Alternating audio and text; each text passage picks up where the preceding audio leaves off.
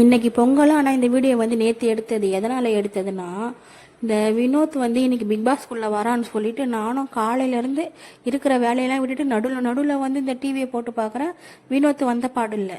சரி வேற யாராவது பார்க்கலான்னு சொன்னால் இந்த அரோரா பொண்ணு மூஞ்சி எதம்மா காட்டுறாங்க.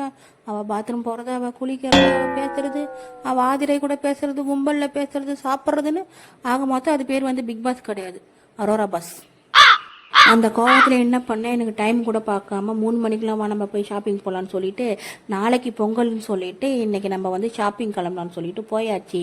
எதனால் போனோன்னா இந்த அரோரா பொண்ணு மேலே இருக்கிற கோவத்தினால்தான். அவன் யாரோ நான் யாரோ தான், ஆனால் சம்மந்தமே இல்லாமல் அவன் மேலே கோவப்படுவேன். நாளைக்கு பொங்கல் சொல்கிறதுனால வெளியே போயிட்டோமா, ஒன்றும் இல்லை. இந்த மகளிரில் வந்து பொங்கல் வைக்க போகிறோன்னு சொல்லிட்டாங்க.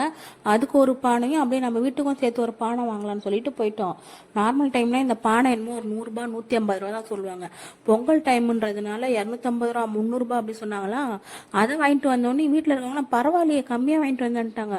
என் வாத திறமையை பாட்டு நானே எனக்கு பெரும் மகிழ்ச்சியோடு கொண்டேன், பெருமிதம் கொண்டேன். இந்த விழா காலங்களில் நம்ம ஏதாவது வாங்குறோமோ இல்லையோ, மக்கள் எல்லாம் சந்தோஷமா இருக்கிறத பார்க்கறது நம்மளுக்கு அவ்வளோ ஒரு சந்தோஷமா இருக்கு. கரும்பு நிற்கிறது என்ன, மஞ்சள் கிழங்கு வைக்கிறது என்ன, அப்புறம் கலர் கோலமா விற்கிறது என்னன்னு சொல்லிட்டு கடைசியாக ஒரு வழியாக வெங்கடேஸ்வரா ஸ்டோர் ரூம்குள்ளே பூந்தம்மா. அதாவது இந்த வளையல் மணிலாம் வைப்பாங்கள்ல, அது என்னமோ என் கண்ணுக்கு அப்படியே எல்லாத்தையும் கலர் கலராக பார்த்தா அங்கேயே நிற்கிற போல தோணுது.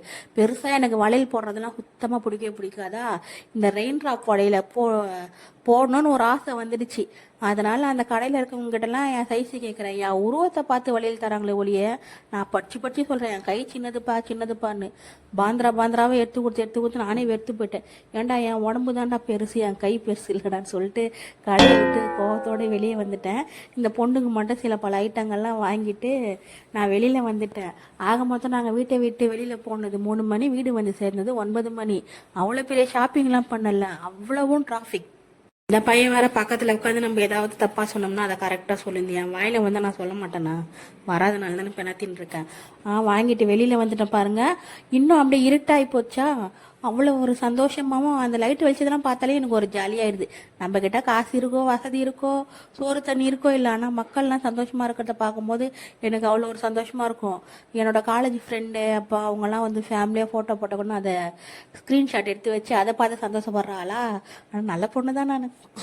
அங்கேருந்து இந்த பெரிய பெரிய கடையிலாம் வாங்காம இந்த பொங்கல் டைமில் இந்த ஆயா தாத்தாலாம் கடை வச்சுருப்பாங்க கீழே போட்டு, அவங்க கிட்ட வாங்கலாமேன்னு சொல்லிட்டு தேரடிக்குள்ளே வந்து அந்த ஆயா கிட்ட வாங்கிட்டு அப்படியே பயங்கர பசி தாள முடியல. எதிர்க்க வந்தால் கீரை வடை சுட போட்டிருந்தாங்க. 2 வடை தான் சாப்பிட்டா வயிறு ஃபுல்லாக ஆயிடுச்சு. வீட்டுக்கு வந்து இந்த பொண்ணுக்கு